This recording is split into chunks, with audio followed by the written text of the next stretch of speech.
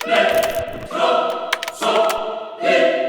19-20 साल का धानपान सा लड़का गवर्नमेंट कॉलेज लाहौर के ड्रामा क्लब के बाहर खड़ा है। वो अंदर जाना चाहता है लेकिन उसे इजाज़त नहीं मिल रही। कुछ देर बाद क्लब का एक मेंबर बाहर आया और उसे बताया कि ओ भाई, ये ड्रामा क्लब है और तुम डिबेटर, यहाँ तुम्हारा कोई काम नहीं है। वो रिजेक्ट हो गया।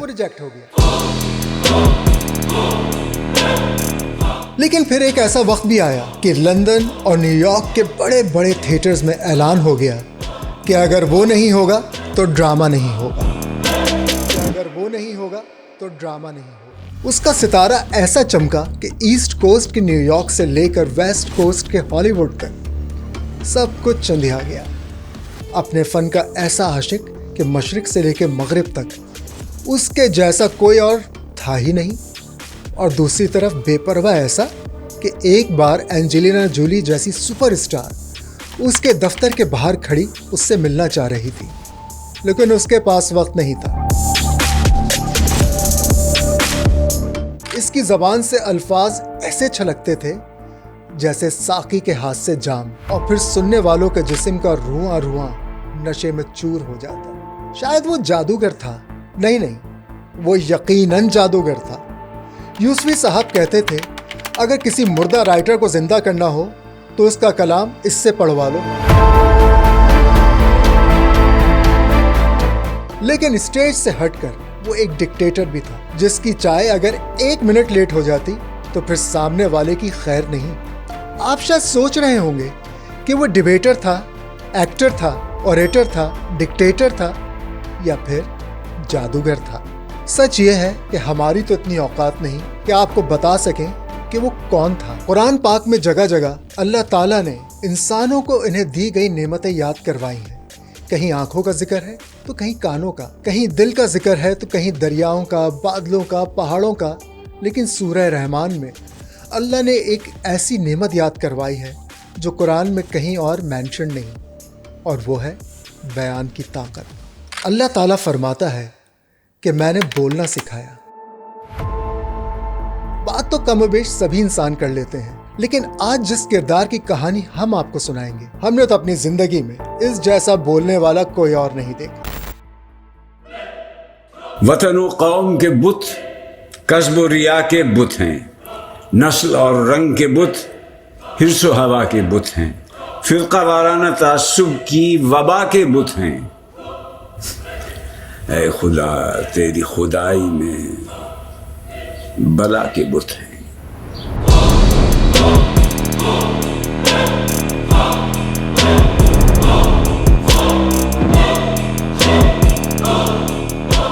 वैसे तो दुनिया में मर्दों और औरतों की तादाद तकरीबन बराबर है, लेकिन कभी कभी कुछ फैमिलीज में यह हिसाब किताब बिल्कुल उल्टा हो जाता है। यानी भाई 3 और बहन 1, या फिर 4 बहनें और भाई 1। जैसे इमरान खान की फैमिली को ही देख लीजिए। ज़िया मोहिउद्दीन भी ऐसी ही एक फैमिली में पैदा हुए।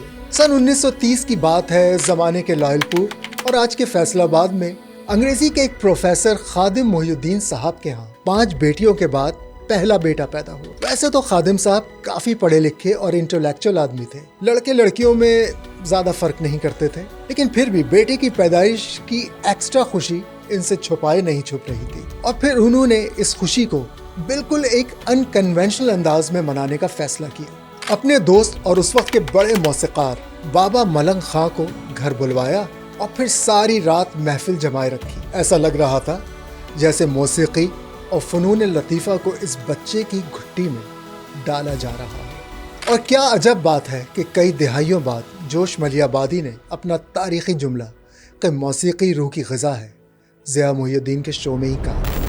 मैं अर्ज़ करता हूँ कि बारे इलाहा, अब तेरे समझाने से समझ में आता है वाकई तेरी ख्वाहिश इन्हीं मजबूरियों से होगी, मगर है तो जवानी में न सही, बुढ़ापे में सही, मगर अब तो है।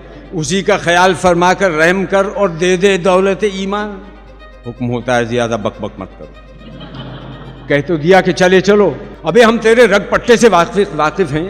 बहरूपिया झप झालिया दुनिया भर का आया है वहाँ से हवा बांधने। मैं अर्ज़ करता हूँ अब हुजूर मालिक हैं, जो जी चाहें कह लें। छोटा मुंह बड़ी बात। हज़रत इब्राहीम ने यही कहा था कि कायल तो तूने कर दिया मगर दिल को तस्कीन नहीं हुई। वो बड़े आदमी थे, तेरे मुकर्रब थे, उनको कुछ नहीं कहा। हमारे ऊपर खफा होते हैं। खैर, ज़िया मोहिउद्दीन साहब के वालिद खादिम मोहिउद्दीन खुद भी एक एक्स्ट्रा ऑर्डिनरी, बल्कि यूं कहें कि एक अजीब इंसान थे। एक तरफ खिलाफत तहरीक की हिमायत और अंग्रेजी प्रोडक्ट्स के बॉयकॉट की वजह से अपना अच्छा खासा नुकसान करवा चुके थे, और दूसरी तरफ अंग्रेजी अदब से ऐसा इश्क था कि घर में हर वक्त शेक्सपियर और डिकेंस की बातें करते रहते। सर्दियों की शामों में लंदन से खरीदा हुआ स्नेल ग्रोव का ड्रेसिंग गाउन संदूक से निकाल कर पहनते और दूर कालीन पर बैठे हुक्का गुड़गुड़ाते हुए रेडियो पर गंगूबाई हंगल को सुनते।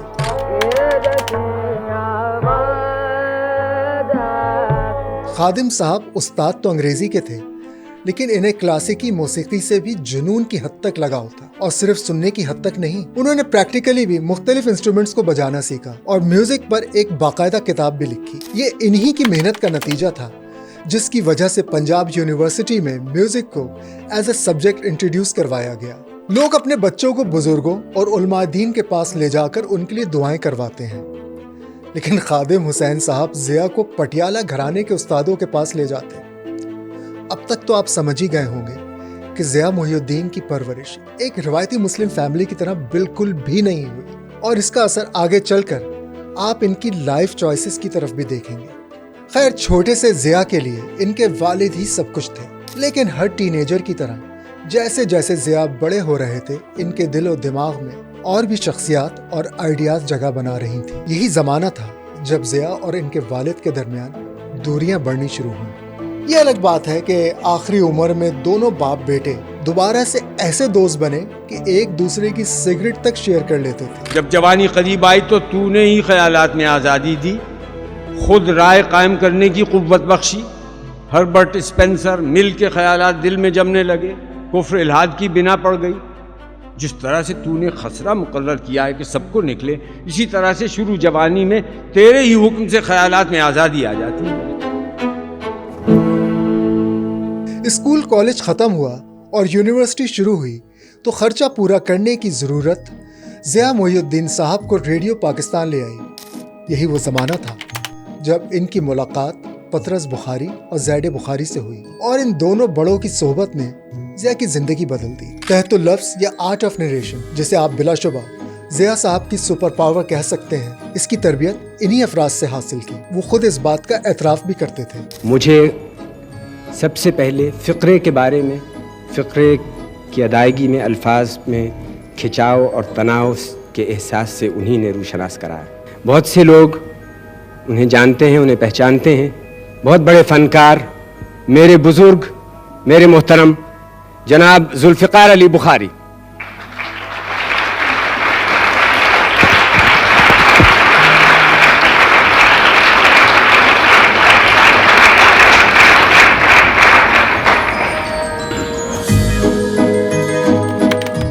कुछ साल रेडियो पाकिस्तान में काम करने के बाद ज़िया ऑस्ट्रेलिया चले गए। भला उस जमाने में ऑस्ट्रेलिया कौन जाता था? पूरे ऑस्ट्रेलिया में बमुश्किल 8 से 10 हजार देसी ही रहा करते थे। अब ये अलग बात है कि ज़िया साहब शायद देसियों से ज्यादा अंग्रेजों से रिलेट करते थे। रोजी रोटी तो ठीक चल रही थी, मगर ज़िया साहब के अंदर एक प्यास थी जो सरकारी नौकरी से बुझ नहीं रही थी। वो अदाकारी सीखना चाहते थे, थिएटर करना चाहते थे, और ये सब करने के लिए इन्हें ऑस्ट्रेलिया छोड़कर लंदन जाना था।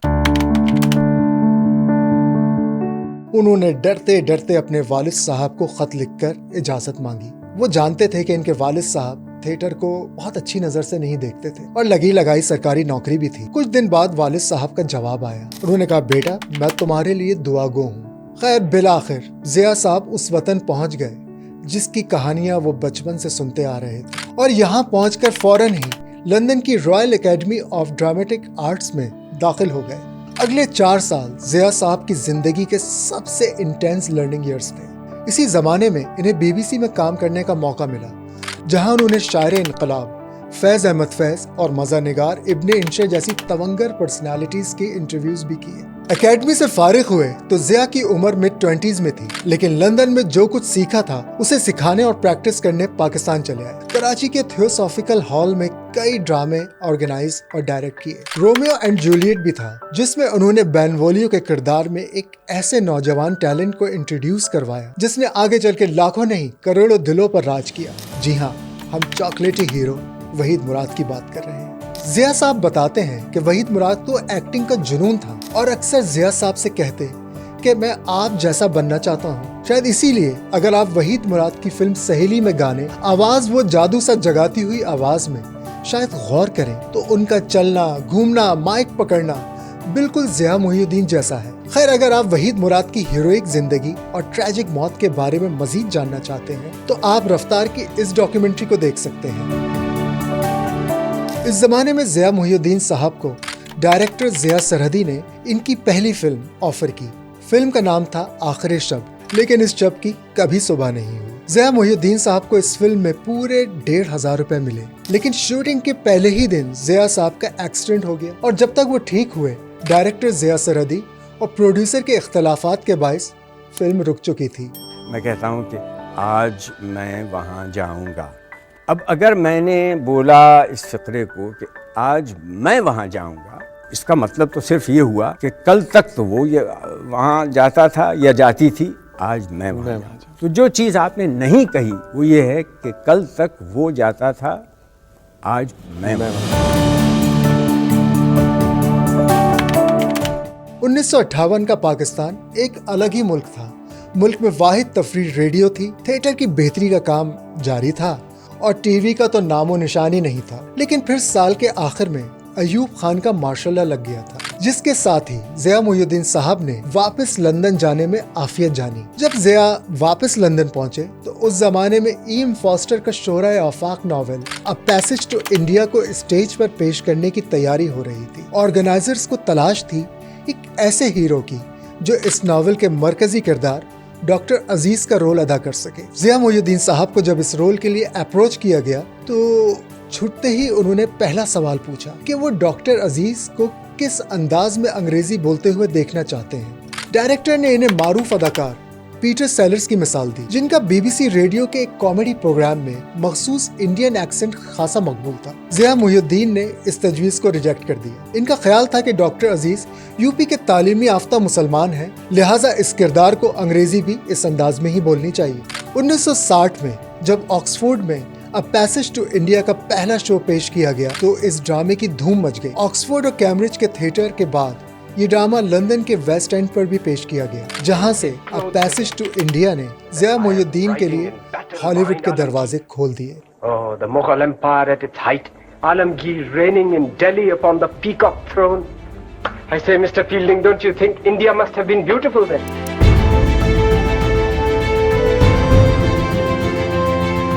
हुआ कुछ यूं कि जब पैसेज टू इंडिया की नुमाइश वेस्ट एंड पर शुरू हुई, एक दिन मशहूर फिल्म मेकर डेविड लीन भी अपनी बेगम के हमरा शो देखने पहुंच गए। अगर आप अंग्रेजी फिल्में देखते हैं तो आपने क्रिस्टोफर नॉलन, स्कॉर्सेज़े या फिर स्पीलबर्ग का नाम तो सुना ही होगा। डेविड लीन की हैसियत उस जमाने में इन्हीं अफराद के बराबर थी। अभी कुछ दिन पहले ही उन्होंने द ब्रिज ऑफ रिवर क्वाय जैसी ब्लॉकबस्टर फिल्म डायरेक्ट की थी। वो जिसे चाहते सड़क से उठाकर स्टार बना सकते थे और जिया साहब तो पहले ही वेस्ट एंड तक पहुंच चुके थे। डेविड लीन उस जमाने में लॉरेंस ऑफ अरेबिया के लिए कास्टिंग कर रहे थे। जब उन्होंने अ पैसेज टू इंडिया में जिया मोहिउद्दीन की परफॉर्मेंस देखी तो वहीं थिएटर में बैठे बैठे उन्होंने जिया को इस फिल्म में रोल देने का फैसला कर लिया। लेकिन कुछ लोगों का ख्याल है कि इस फैसले में डेविड लीन की बेगम लीला माटकर का भी बड़ा हाथ था।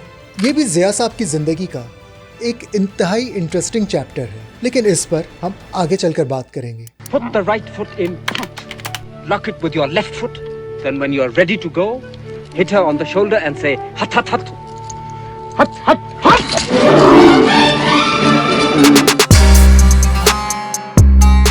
खैर, फिल्म में जिया साहब का किरदार ड्यूरेशन के हिसाब से तो छोटा था, लेकिन इसका इम्पैक्ट बहुत बड़ा। उन्होंने T.E. लॉरेंस के पहले गाइड तफस का किरदार अदा किया, जो इस फिल्म के बिल्कुल शुरू में सहराई जिंदगी के आदाब और अरब तौर तरीके समझाता है। वैसे तो कहा जाता है फिल्म में मशहूर मिस्री अदाकार उमर शरीफ को भी किरदार दिलाने में जिया मोहिउद्दीन का हाथ था, मगर ये एक अलग कहानी है। You must excuse him, he can't leave.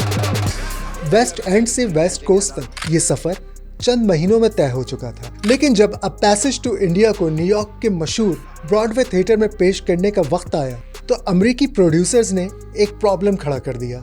उनका कहना था कि डॉक्टर अजीज के किरदार के लिए किसी और अदाकार को कास्ट किया जाना चाहिए। लेकिन इस मौके पर नॉवेल राइटर E.M. फॉस्टर खुद आड़े आ गए। उन्होंने साफ बता दिया, ज़िया नहीं तो ड्रामा नहीं। आगे चलकर यही ड्रामा BBC टीवी के लिए भी प्रोड्यूस किया गया और वहां भी ज़िया साहब ने ही डॉक्टर अजीज का किरदार अदा किया। आज फिर जीने की तमन्ना, तेरी याद सतेरे प्यार में। ये गाने किसने नहीं सुने, लेकिन बहुत कम जानते हैं कि ये गाने 1965 में भारत में बनने वाली फिल्म गाइड का हिस्सा थे। और इससे भी कम शायद ये जानते होंगे कि फिल्म दरअसल R.K. नारायण के मशहूर नॉवल गाइड पर बेस्ड थी, जिसे बॉलीवुड से 4 साल पहले फरवरी 1961 में ऑक्सफोर्ड प्ले हाउस में पेश किया गया। और इस बार भी सेंट्रल कैरेक्टर राजू का रोल ज़िया मोहिउद्दीन को। फिर क्या था, अब पैसेज टू इंडिया की तरह ये प्ले भी सुपरहिट हो गया। ज़िया मोहिउद्दीन की अदाकारी को क्रिटिक्स ने एक्स्ट्राऑर्डिनरी करार दिया। द ऑब्जर्वर्स के एक एडिटोरियल में ज़िया मोहिउद्दीन को एंथनी क्विन और लॉरेंस ओलिवर जैसे अदाकारों के बराबर खड़ा कर दिया गया। ये बिल्कुल ऐसा ही था जैसे आज के किसी एक्टर को क्रिश्चियन बेल या फिर डेंजल वॉशिंगटन के मुकाबिल करार दिया जाए। सिर्फ 30-32 साल की उम्र में ज़िया साहब लंदन थिएटर के बेस्ट एक्टर बन चुके थे। वो जिस प्ले में एक्टिंग करते वो हिट हो जाता। Remember what I told you. Stay away from the French police. And don't run. Running's noisy. इस दौरान उन्होंने long days journey in 2 nights और जूलियस सीजर जैसे स्टेज ड्रामों में भी एक्टिंग की। लॉरेंस ऑफ अरेबिया के बाद उन्होंने वक्तन फवक्तन कुछ और हॉलीवुड के प्रोडक्शंस में भी काम किया और अपने पूरे करियर में ज़िया मोहिउद्दीन साहब ने 15 के करीब अंग्रेजी फिल्मों में एक्टिंग की। मिड 60s में ज़िया साहब का सितारा मगरबी दुनिया में पूरे आबोताब के साथ चमक रहा था, लेकिन फिर वो पाकिस्तान वापस आ गए। वैसे वो भी अजीब दौर था। जानते हैं इन्हें कौन पाकिस्तान लाया? चले आपको इनसे मिलवाते हैं और फिर आपको समझ आ जाएगा कि ज़िया साहब कैसे वापस आए। ये क्रिएटिव लोग भी बड़े अजीब होते हैं। इनके लिए पैसा, शोहरत, पोजीशन से ज़्यादा इम्पॉर्टेंट चीज़ आज़ादी होती है। यानी वो माहौल और स्पेस जहां इन्हें खुद को भरपूर अंदाज में एक्सप्रेस करने की आज़ादी हो। 26 नवंबर 1964 को रेडियो पाकिस्तान लाहौर के लॉन में सिर्फ 3 माह के लिए एक पायलट प्रोजेक्ट शुरू किया गया, जिसका मकसद पाकिस्तान में टेलीविजन नशरियात शुरू करना था। इस प्रोजेक्ट की जिम्मेदारी मिली कैम्ब्रिज के तालीमी याफ्ता 32 साला नौजवान असलम अजहर को।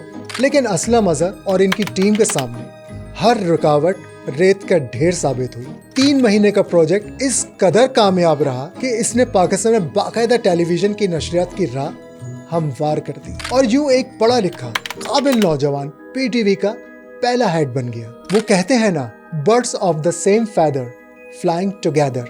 अगले चंद सालों में असलम अजहर ने अपने जैसे और बहुत से टैलेंटेड और क्रिएटिव नौजवानों को PTV की टीम में शामिल किया और इन्हीं की कोशिशों के नतीजे में 1971 में PTV कराची सेंटर से एक ऐसा शो शुरू हुआ जिसने टेलीविजन प्रोग्रामिंग को पूरा एक नया जॉनरा खड़ा कर दिया। मैं हूं अपने फन का रांझा, फिल्म मेरी ही है, क्या करूं लेकिन अभी नामेहरबान तकदीर है। कोई हीरोइन बनी और कोई हीरो बन गया, मेरी किस्मत देखिए मैं सिर्फ जीरो बन गया। आज खोटा हूं मगर कल आदमी था मैं खरा, मैं तो हूं एक एक्स्ट्रा।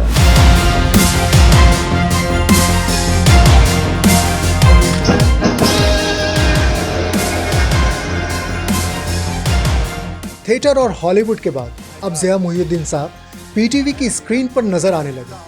और क्या शो था, मतलब क्या आप सोच सकते हैं कि आज के PTV पर शेक्सपियर या इम्तियाज अली ताज के प्लेस को पढ़ा जाए?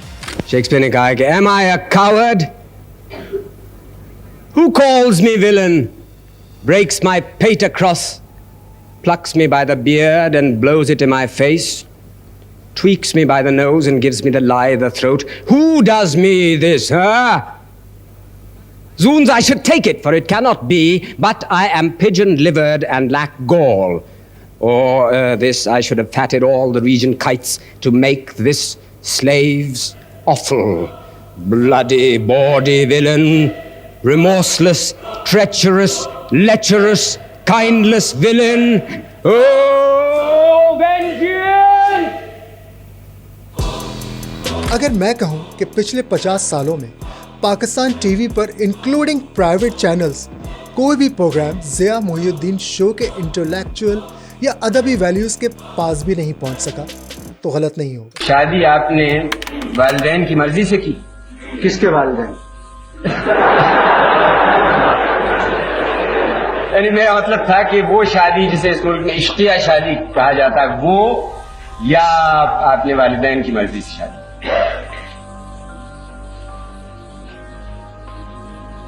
साहब मैंने अपनी बीवी की पसंद की शादी की। ये शो 1971 में कराची और 1973 में लाहौर से पेश किया गया। खुशबख्श शुजात जो उस जमाने में खुशबख्त आलिया थी और कराची यूनिवर्सिटी की स्टूडेंट थी, पहली मर्तबा इसी शो में नजरों में आई और फिल्म स्टार मोहम्मद अली साहब के साथ उनकी तकरार आज भी यूट्यूब पर काफी देखी जाती है। तो आप बेबाक जरूर हो लेकिन बेलगाम न। नहीं, वो आहिस्ता आहिस्ता उसकी आदत भी पड़ेगी। आहिस्ता आहिस्ता हर चीज की आदत पड़ती है। आपको एकदम से कोई चीज दे दी जाएगी तो जाहिर है आप बहुत बुरी तरह घबरा जाएंगे। नहीं मैं कितना वकाल ज़िया साहब इस एपिसोड के बाद मोहम्मद अली साहब ज़िया साहब से नाराज हो गए थे। मोइन अख्तर भी पहली बार इसी शो में नजर आए। अब आगे आपकी मर्जी। लड़की कहने लगी नॉनसेंस, इडियट, जाहिल, गंवार, बदतमीज। आप तो ऐसे चिल्ला रही हैं जैसे मैंने आपकी दुम पे पैर रख दिया हो। खालिद अब्बास डार इस्माइल तारा को भी इसी शो में अपने जलवे दिखाने का मौका मिला था। यहाँ तक कि आलमगीर भी स्पेनिश गाना गोंतनामा मेरा गाकर इसी शो से मशहूर हुए थे। एक मुख्तसर कहानी कभी पढ़ी थी जो ये थी कि दो औरतें एक जगह बैठी थी, दोनों खामोश थी, कहानी खत्म। अपनी किताब अ कैरेट इज अ कैरेट में ज़िया साहब लिखते हैं कि इस शो में इन्हें सबसे ज़्यादा प्रॉब्लम ये हुई कि यहाँ लोग सच नहीं बोलते। मौजिस हजरात ने जो बनावट की एक चादर ओढ़ी हुई होती है वही प्रोग्राम में भी इनके ऊपर चढ़ी रहती है। पाकिस्तान के कौमी तराने के खालिक अबुल असर हफीज़ जालंधरी जब इस शो में आए तो ज़िया मोहिउद्दीन ने इनसे सवाल किया, आपने कितनी देर में कौमी तराना लिखा? तो उनका जवाब था, अबुल असर जब फैसला कर लेता है तो अल्फाज खुद ब खुद अपनी जगह पर आ जाते हैं। इस शो में रेडियो पाकिस्तान के डायरेक्टर जनरल ज़ैड बुखारी और मिज़ा निगार, मुश्ताक अहमद यूसुफी जैसी बड़ी बड़ी अदबी और इल्मी शख्सियात ने भी शिरकत की। मेरे ख्याल में अगर बाकी के शोबों में भी इसी तरह लिबास जो है इतना भला डॉक्टरों का हो जाए तो बहुत अच्छा लगता है। मेरा तो खुद एक्टर की हैसियत से बड़ा जी चाहता है आपके कपड़ों को देखने।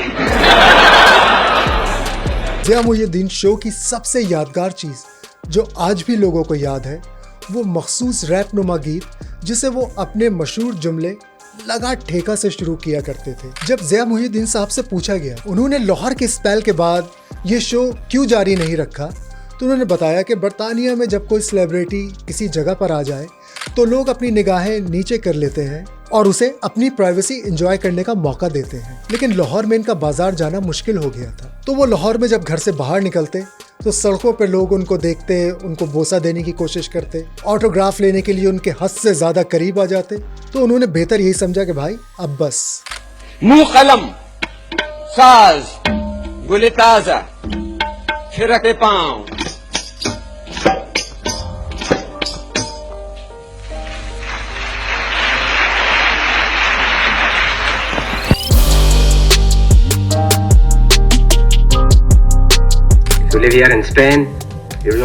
मगरिब में तो ज़िया साहब मशहूर थे ही, लेकिन ज़िया मोहिउद्दीन शो के बाद वो पाकिस्तान में भी इंतहाई मशहूर हो गए थे और फिर लॉलीवुड प्रोड्यूसर्स को ख्याल आया क्यों ना इसकी शोहरत को कैश करवाया जाए। ज़िया साहब ने वापसी के बाद जो पहली फिल्म साइन की इसका नाम था मुजरिम कौन। ये दरअसल एक मर्डर मिस्ट्री थी। फिल्म में ज़िया साहब को जमील नामी नौजवान का किरदार अदा करना था जो अपने वालिद के कातिलों को ढूंढ रहा है। ब्रिटिश मेंटालिटी वाले ज़िया मोहिउद्दीन साहब को पहला झटका उस वक्त लगा जब उन्होंने डायरेक्टर से अपने किरदार के बारे में डिटेल्स जानने की कोशिश की। उन्होंने जानना चाहा जमील की शख्सियत कैसी है, क्या वो खेलों का शौकीन है, सुस्त मिजाज है, गाने बजाने में दिलचस्पी रखता है, इसका कोई और नुमाया खुसूसियात हैं। मगर हिदायतकार के पास सिर्फ एक ही जवाब था, जमील हीरो है। अब आप सोच रहे होंगे कि वेस्ट एंड का सुपरस्टार लॉलीवुड फिल्म का भी सेंट्रल कैरेक्टर होगा, लेकिन ऐसा नहीं हुआ। मुजरिम कौन में इनके साथ कॉमेडी के बेताज बादशाह रंगीला, उस वक्त के उभरते हुए सुल्तान राही, अवामी अदाकार अलाउद्दीन, तजुर्बेकार रेहान जैसे फनकार भी शामिल कर लिए गए। मुजरिम कौन के अलावा ज़िया मोहिउद्दीन ने एक और पाकिस्तानी फिल्म सुहाग में भी काम किया। सुहाग में ज़िया मोहिउद्दीन के साथ शमीम आरा ने मरकजी किरदार अदा किया, जबकि विलन के रोल में नदीम नजर आए। हॉलीवुड की 15 से ज्यादा फिल्मों में काम करने वाले ज़िया मोहिउद्दीन ने सिर्फ 2 फिल्मों के बाद ही लॉलीवुड को खुदा हाफिज कह दिया। इसके अलावा उन्होंने भारतीय अदाकार शशि कपूर और उनकी अहलिया जेनिफर कैंडल के साथ एक फिल्म बॉम्बे टॉकीज में भी काम किया। फिल्म आइवरी मर्चेंट की फिल्मों में से एक है और अंग्रेजी जबान में बनाई गई। 1970 में रिलीज होने वाली फिल्म की तमाम तर शूटिंग मुंबई में की गई थी।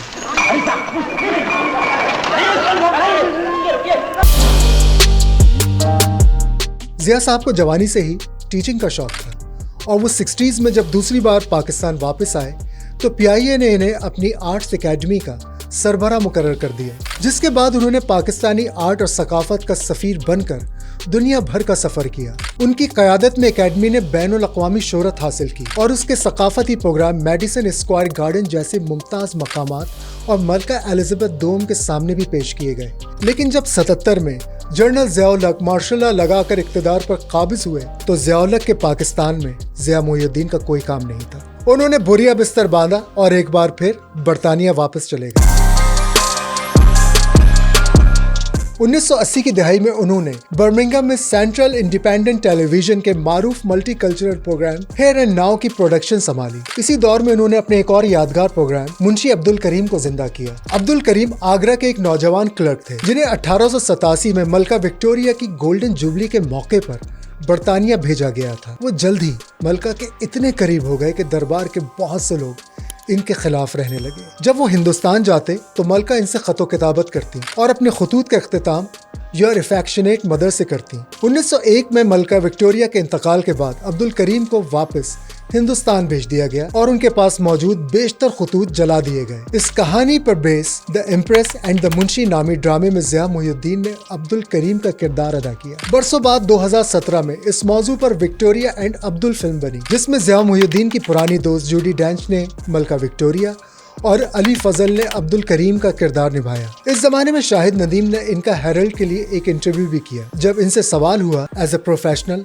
आप पाकिस्तान को मिस करते हैं, तो इनका 40 साल पहले दिया गया जवाब न जाने आज भी क्यों बिल्कुल ताज़ा महसूस होता है। उन्होंने कहा, मैं पाकिस्तान को बिल्कुल मिस नहीं करता। वहाँ आर्टिस्ट की कोई कदर, इज्जत और पजीराई नहीं है। 1990 की दिहाई में उन्होंने अपनी खुद साख्ता जला वतनी खत्म करके एक बार फिर पाकिस्तान आने का फैसला किया। इस दौरान उन्होंने जंग ग्रुप के अंग्रेजी अखबार दी न्यूज़ में कॉलम भी लिखे और अपनी याददाश्तों पर मबनी किताबें the god of my idolatry, a carrot as a carrot और मेमोरीज एंड रिफ्लेक्शंस शाया की, जिन्हें अदबी हलकों में बेहद सराहा गया। पाकिस्तान टेलीविजन पर इनके प्रोग्राम पायल, चिचा छक्कन, ज़िया के साथ और जो जाने वो जीते बेहद मकबूल हुए। एक बस बाकी है, उसके बाद 50 लाख रुपए आपके।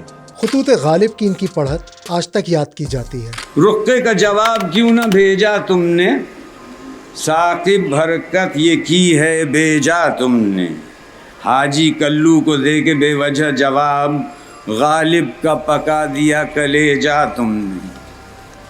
ए रोशनी दीदे शहाबुद्दीन खां, कटता है बताओ किस तरह से रमज़ान। होती है तरावीह से फुर्सत कब तक, सुनते हो तरावीह में कितना कुरान।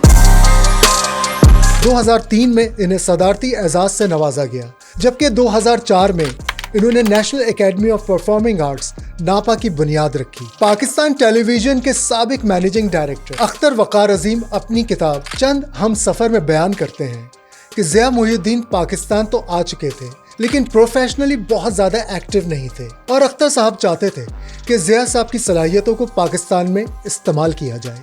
उनके मुताबिक 2004 में सार्क कॉन्फ्रेंस इस्लामाबाद में मुनक्कद होने वाली थी। इस मौके पर साबिक सदर जनरल परवेज मुशर्रफ ने फैसला किया कि पाकिस्तान टेलीविजन के ज़ेरे एहतमाम एक खुसूसी मौसीकी की महफिल सजाई जाए, जिसमें फरीदा खानम समेत मुल्क के तमाम मुमताज़ फनकार शरीक हों। चूँकि कॉन्फ्रेंस में मुख्तलिफ ममालिक के सरबराहान मुमलिकत, वज़राए आज़म और उर्दू ना जानने वाले मेहमान शरीक होने वाले थे, इसलिए अख्तर वकार अजीम ने तजवीज़ दी हर गीत और गजल से कबल अंग्रेजी में मुख्तसर तारुफ पेश किया जाए ताकि तमाम मेहमान प्रोग्राम को बेहतर तौर पर समझ सकें।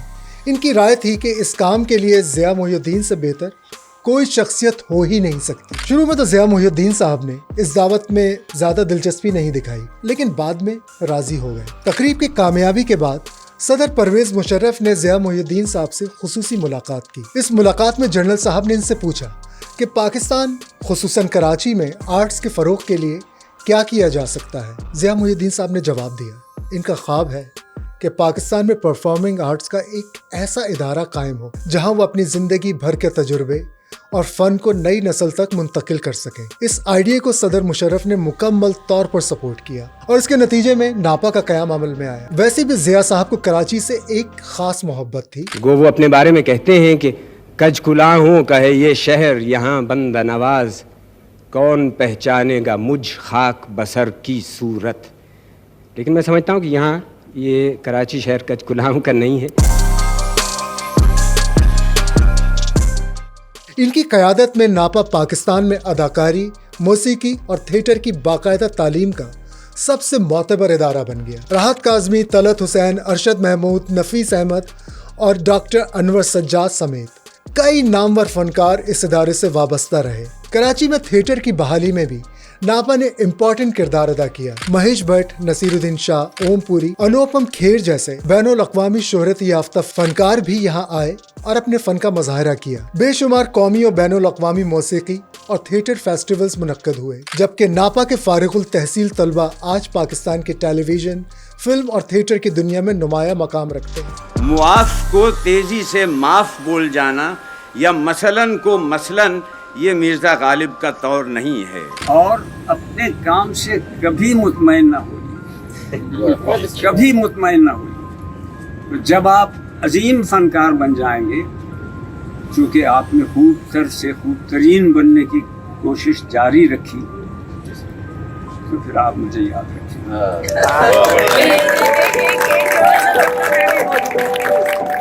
वतन वापसी से लेकर जनवरी 2023 तक वो हर साल लाहौर के अली ऑडिटोरियम में उर्दू अदब की मुख्तलिफ तहरीरों की पढ़त की एक खुसूसी नशिस्त करते रहे। ये सिलसिला इनके भतीजे नवीद रियाज के ज़ेरे एहतमाम शुरू हुआ था और वक्त गुजरने के साथ लाहौर के एक महबूब अदबी रिवायत बन गया। कई दहाइयों तक इस तकरीब का वक्त, तारीख, मकाम तकरीबन एक ही रहा। 31 दिसंबर शाम 6 बजे अली ऑडिटोरियम, सवाए 2023 के, जब पहली और आखिरी बार इस रिवायत में तब्दीली करना पड़ी। दिसंबर के आखिरी हफ्ते में खानदान की एक शादी के सिलसिले में नशिस्त एक हफ्ते के लिए मौखर करना पड़ी और वो नशिस्त ज़िया मोहिउद्दीन की जिंदगी की आखिरी परफॉर्मेंस साबित हुई। जिंदगी से डरते हो? जिंदगी तो तुम भी हो, जिंदगी तो हम भी हैं। आदमी से डरते हो? आदमी तो तुम भी हो, आदमी तो हम भी हैं। आदमी ज़बान भी है, आदमी बयां भी है, उससे तुम नहीं डरते। ज़िया मोहिउद्दीन साहब को 3 चीजें बिल्कुल नापसंद थी। एक, अंग्रेजी बोलते हुए उर्दू का इस्तेमाल या उर्दू बोलते हुए अंग्रेजी का इस्तेमाल। दूसरे, इनके सामने कोई लायलपुर को फैसलाबाद नहीं कह सकता था। शायद उन्होंने दिल से तस्लीम ही नहीं किया था कि लायलपुर का नाम बदल चुका है। और तीसरी चीज, कोई इन्हें कंपेयर कहे। एक इंटरव्यू में ज़िया मोहिउद्दीन साहब ने इस पर एक लंबी चौड़ी तकरीर की। तो ये जो कंपेयरर साहब हैं, जिस तरह साथ वाले मुल्क में उन्होंने एक लफ्ज़ निकाल लिया एंकर, हर चीज़ में जो शख्स टेलीविज़न पे आए उसे वो इस नाम से पुकार, एंकर पर्सन। तो अब हमने ये लफ्ज़ निकाला कि ये प्रोग्राम है और इसका कंपेयर या इसका कंपेयरर कौन होगा। लिहाजा मुझसे भी अक्सर लोग बताते भी हैं और सवाल भी करते हैं कि सर या जनाब कंपेयर बताइए आप, इसमें क्या मसाइल। भाई, इसकी भी वैसी ही तरबियत है, इसकी ज़रूरत जिस तरह किसी और चीज़ की। जैसे आप किसी बढ़ई से तो हरगिज़ ये नहीं कहेंगे कि ये मेज़ बना दो, क्योंकि जब तक उसको उसकी चूल बिठाना ना आती। उस तरबियत के बाद फिर आप अपनी शख्सियत की छाप से किस हद तक लोगों को मसरूर करते हैं, या लोग कि वो लोग आपकी वसातत से वो प्रोग्राम देखना पसंद करें, तो आप कामयाब हो जाते हैं। अंग्रेजी और उर्दू ज़बान के तलफ़्फ़ुज़ की दुरुस्त अदायगी हो, तारीख़ व अदब के हवाला जात हों या फ़न पढ़त की बारीकियाँ, ज़िया मोहिउद्दीन साहब हर मैदान में गैर मामूली महारत रखते थे।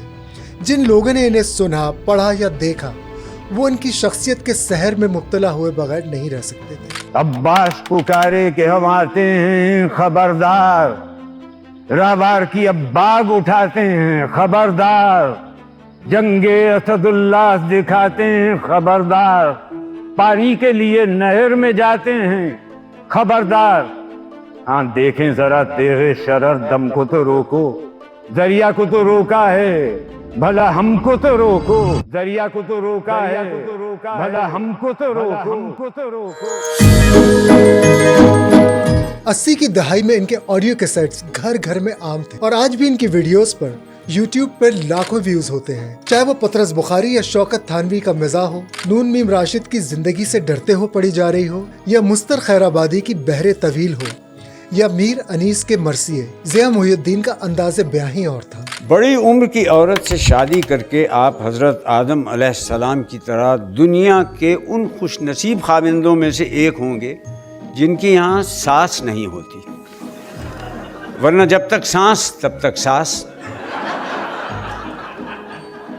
फिर आपको बीवी का हुक्म मानते हुए भी शर्म नहीं आएगी, क्योंकि हुक्म है कि बड़ों की हुक्म उदूली ना करो। वैसे शायरों को ज़रूर शादी करनी चाहिए। अगर बीवी अच्छी मिल गई तो ज़िंदगी अच्छी हो जाएगी, बीवी अच्छी ना मिली तो शायरी तो अच्छी हो जाएगी।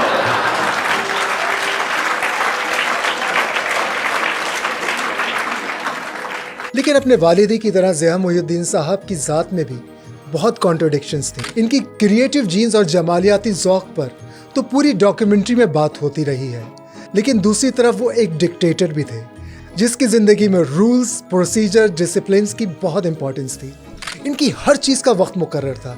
रिकॉर्डिंग हो, क्लासेस हो, मीटिंग्स हो, खाना हो और या फिर पीना। जाड़ा पड़ रहा है, हमारे पास शराब आज की और है, कल से रात को निरी अंगीठी पे गुजारा है।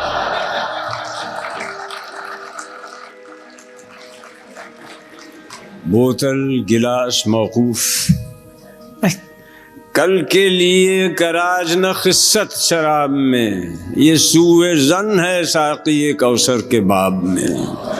वैसे तो ज़िया मुहिउद्दीन साहब बड़े सख्त मिजाज और जल्द मरूब होने वालों में से नहीं थे, लेकिन हसीन ख़वातीन के मामले में इन्होंने जिंदगी भर खास रियायत रखी। Who had 4 of the most beautiful daughters you will ever see, and I fell so deeply for a girl जो इनकी छोटी सबसे बहन थी। उसका भाई मेरे साथ क्लास में पढ़ा।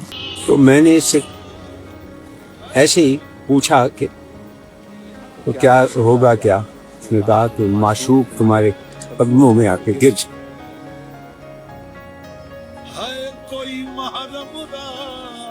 और तुम्हें बस ये करना है कि आज नहीं, कल भी नहीं, परसों दोपहर में 3 और 4 बजे के दरमियान उसके दरवाजे के बाहर गया। 1 घंटा गुजर गया, 2 घंटे गुजर गए, 2.5 घंटे गुजर। No, Ashu.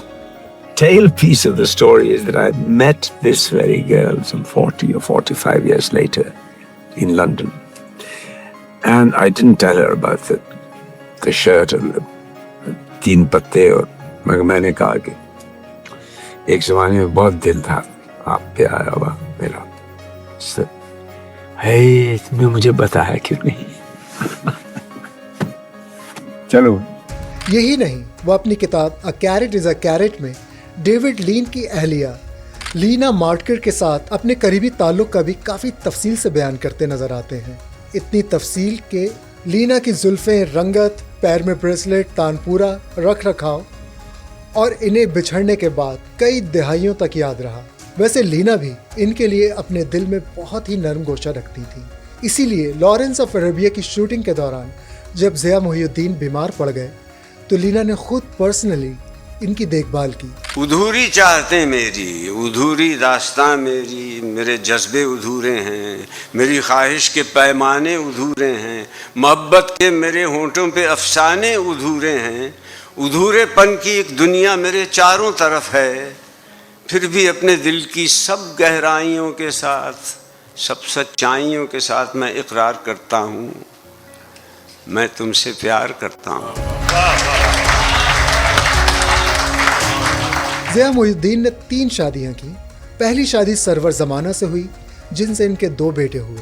दूसरी शादी 1973 में मारूफ क्लासिकी डांसर नाहिद सिद्दीकी से हुई, जो कि 18 साल चली। ज़िया मोहिउद्दीन की तीसरी शादी 1994 में अदाकारा अज़रा मोहिउद्दीन से हुई और ये रिश्ता फरवरी 2023 में ज़िया मोहिउद्दीन के इंतकाल तक कायम रहा। फिर एक किताबें और फिर एक किताबें और फिर एक किताबें, तो मैंने कहा बस करते क्या है, मैंने कहा ये पढ़ तो लिया, कितना और पढ़ेंगे। तो जुमला ये है जो ये बात इन्होंने की, कहते नहीं अभी तो कुछ पढ़ा ही नहीं है, ना कुछ आता है मुझे। मैंने कहा फिर अगर इस उम्र तक नहीं आए तो छोड़ दिया, क्या करेंगे। इनके स्टूडेंट्स बताते हैं कि नापा में ज्यादातर टीचर्स लेक्चर्स के दौरान कुर्सी पर बैठकर बात किया करते थे, लेकिन 90 साल की उम्र में भी जब ज़िया साहब की कमर दोहरी हो चुकी थी, वो 45 मिनट की पूरी क्लास खड़े होकर लेते थे। इश्क फौलाद को पंजे में गला सकता है, अज़्म तूफानों को चुटकी से मिटा सकता है, जोश गीती के पहाड़ों को हिला सकता है। हैदरी मर्द वगा सबसे जुदा होता है, मौत को जीस्त जो कर दे वो खुदा होता है। 13 फरवरी 2023 को जब ज़िया मोहिउद्दीन साहब का इंतकाल हुआ, एक रोज पहले उन्होंने नापा के कॉन्वोकेशन में शिरकत की, जिसमें वजीर आला सिंध मुराद अली शाह भी मौजूद थे। तौसीक हैदर को पीटीवी पर एक इंटरव्यू में ज़िया मोहिउद्दीन ने कहा था, मैं चाहता हूँ काम करते करते दुनिया से रुखसत हूँ, I want to die with my boots on. और वाकई वो अपनी आखिरी सांस तक काम करते रहे। वफात से कबल इन्हें नापा के दफ्तर से ही अस्पताल मुंतकिल किया गया था। शायद इसी को पैशन कहते हैं, इसी को इश्क कहते हैं। आखिरी हिचकी तेरे जानों पर आए, मैं मौत भी आशिकाना चाहता हूँ।